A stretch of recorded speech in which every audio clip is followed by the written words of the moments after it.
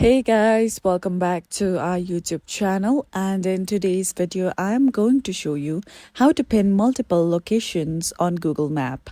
So first of all, launch Google Maps application on your mobile device.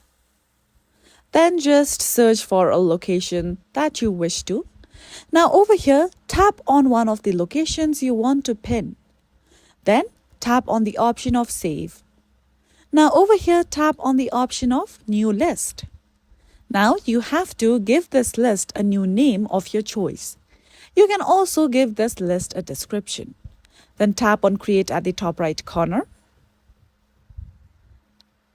Now after creating a list, you can see that location has been pinned. Now just tap on another location. Then follow the same step and tap on Save. Then tap on the list we had already created. I'm going to tap on this list named Pins that I had recently created. And then tap on Done at the bottom. Now you can see that another location has also been pinned on our Google Map. Now let's pin a third location as well. Now tap anywhere around your map. Then tap on Save.